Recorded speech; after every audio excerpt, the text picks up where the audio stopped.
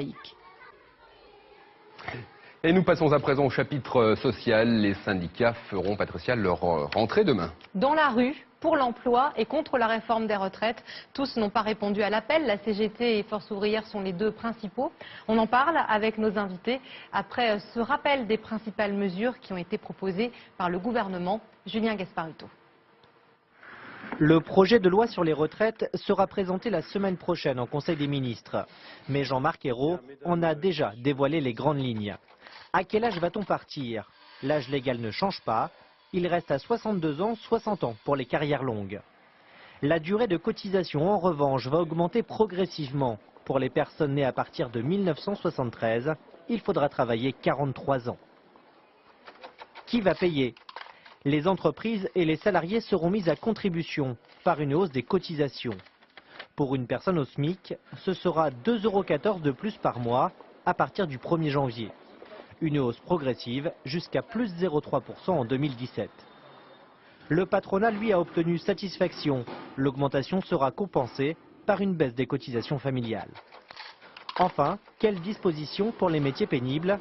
Les salariés cumuleront des points sur un compte en fonction de leur pénibilité. Cela leur permettra de partir plus tôt ou d'avoir une formation pour se reconvertir. Mais la mesure ne sera pas rétroactive. Ceux qui sont en fin de carrière ne pourront donc pas en bénéficier. Et donc, à la veille de la mobilisation syndicale, la première grande mobilisation de la rentrée, nous recevons, Patricia, le monsieur retraite de la CGT. Voilà, Éric Aubin, on peut vous appeler comme ça, monsieur retraite de la CGT. Bonsoir, on le disait, CGT et FO répondent à l'appel, deux évidemment gros syndicats, mais deux seulement. Vous pensez faire le plein ou pas demain? Deux seulement avec Solidaire, FSU, 15 organisations de jeunesse et l'Union confédérale des retraités. Donc nous pensons effectivement que c'est une première mobilisation demain. Nous pensons qu'il y en aura d'autres, mais nous sommes assez optimistes sur le niveau de mobilisation qu'on aura demain. Alors on va voir, on verra les chiffres demain. Ça sera sans doute moins fort forcément que lors de la précédente grosse mobilisation contre la réforme de retraite après la loi Woerth en 2010. Une question, vous n'avez pas le sentiment d'avoir été un petit peu piégé par la méthode Hollande qui n'a pas fait de vagues, il n'a pas voulu aller au clash avec les syndicats, on ne touche pas aux régimes spéciaux, pas d'alignement privé-public, bref, la CGT n'a pas grand-chose à reprocher à ce texte au fond. Je ne suis pas tout à fait d'accord avec cela, car il y aura un alignement, notamment sur la durée de cotisation et sur les taux de cotisation, dans le public et dans les régimes spéciaux. Ils sont reportés. Ce qui nous fait réagir de cette façon-là, c'est notamment deux mesures. C'est l'allongement de la durée de cotisation, qui nous fait dire que c'est une mesure anti-jeunes, puisque les jeunes de 73 devront cotiser 43 ans, ce qui fait qu'ils ne pourront pas avoir leur retraite avant 65 ans et demi à taux plein. Et la deuxième mesure, c'est le fait qu'elle va être financée uniquement par les salariés et les retraités, puisque, ça a été dit dans votre reportage, les employeurs ont obtenu une compensation par un transfert des cotisations famille. Et donc ça, c'est intolérable que ce soit uniquement les salariés retraités qui financent cette réforme. Alors vous parliez des jeunes, justement, c'est ce qui nous a interpellés aussi avec Louis quand on a préparé l'interview aujourd'hui. Les jeunes, même si on ne fait plus partie de cette génération 73. Moi encore un petit peu. Les jeunes préparent déjà leur retraite. On va retrouver Emmanuel Zemmour qui est également avec nous. C'est vrai que ça nous interpelle, Emmanuel.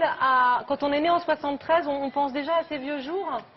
On pense déjà surtout à quel droit social je vais pouvoir obtenir. Est-ce que je vais pouvoir avoir une retraite? Je vous demande juste de vous mettre par exemple dans la peau d'un jeune qui a 24 ans aujourd'hui, qui est au chômage, qui a des difficultés pour se loger, qui touche pas le RSA parce qu'avant 25 ans on touche pas le RSA, qui a envie de trouver un boulot et puis maintenant qui doit se dire si je veux avoir une retraite à taux plein un jour, il faut que je mette de côté. Ça c'est pas une perspective de progrès social et pourtant c'est ce qui est inscrit dans cette réforme. Mais concrètement vous demandez quoi? Alors nous on demande deux choses très précises. D'abord on est opposé à l'allongement de la durée de cotisation qui fait porter sur notre génération, celle qui a pourtant le plus de mal à s'insérer sur le marché du travail et qui s'insère dans les conditions les plus difficiles, l'essentiel des efforts. Et puis ensuite on veut que les années d'études, de formation soient prises en compte dans le calcul de la retraite. On étudie de plus en plus longtemps, ça ne peut pas être des années blanches pour le droit à la retraite, de la même façon que les années d'insertion professionnelle, de chômage, d'inactivité doivent elles aussi être prises en compte dans le calcul des droits à la retraite.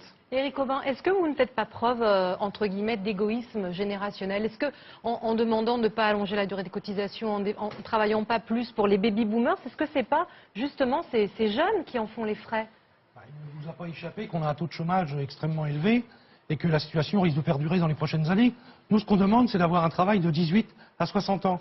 Ceux qui nous disent qu'il faut travailler plus longtemps sont ceux qui sortent les salariés prématurément des entreprises. On voit bien le chômage des seniors.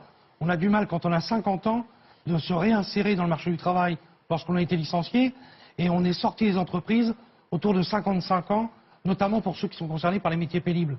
Donc c'est un attachement à la question de solidarité intergénérationnelle qui nous anime, et donc c'est la raison pour laquelle nous sommes heureux que les organisations de jeunesse aient appelé avec nous à cette mobilisation de demain. Merci Éric Aubin d'avoir été avec nous. Merci Monsieur Zemmour également. Pour clore ce sujet, je vous donne la réponse à la question du Grand Soir Poids de France TV Info en partenariat avec l'internaute.com.